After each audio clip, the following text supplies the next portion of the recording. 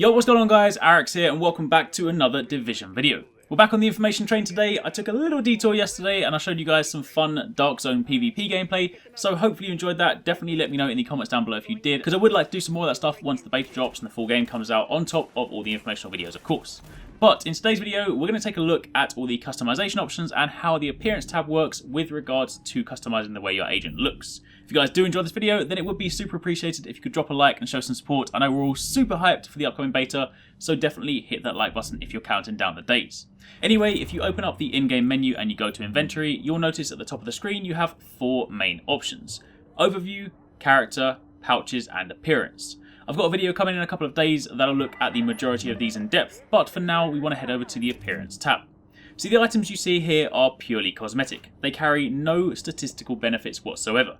That means all those pre-order bonuses you've seen flying around for things like the fireman outfit, the hazmat suit, the policeman, etc., all of those items, aside from the backpacks and the weapons, will reside here. It'll allow you to change the way you look without affecting your stats. You can take most of the items on and off, and some items will even layer on top. For example, you have a hoodie, a scarf and a jacket, all layered on top of one another. And while you can't remove the lowest layer, so you can't walk around topless or without trousers, you can still take off, say, your jacket and then roam around in just your jumper. For the most part, the items you see here will dictate the way that you look. However, your stat-based gear does still have an effect. For example, if you change your body armor, your gas mask, knee pads and backpack, you will also see those update on your character, but those are for the most part the sort of underlying layer. The appearance-based gear is the dominant factor here, and this is what really allows you to tweak the appearance of your character.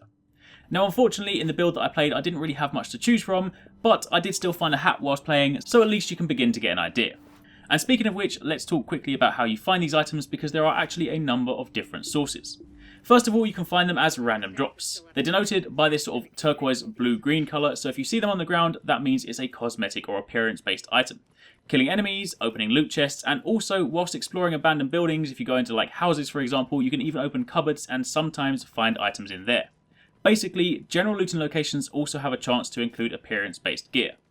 However, that is not the only source. Roaming around the open world, you'll also find civilians, some of which are in need.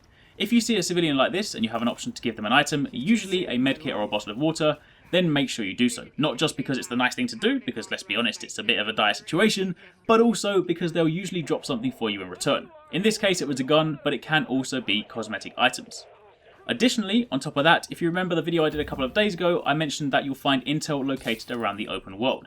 And if you collect all the intel in a particular category, you'll also get cosmetic clothing items as rewards.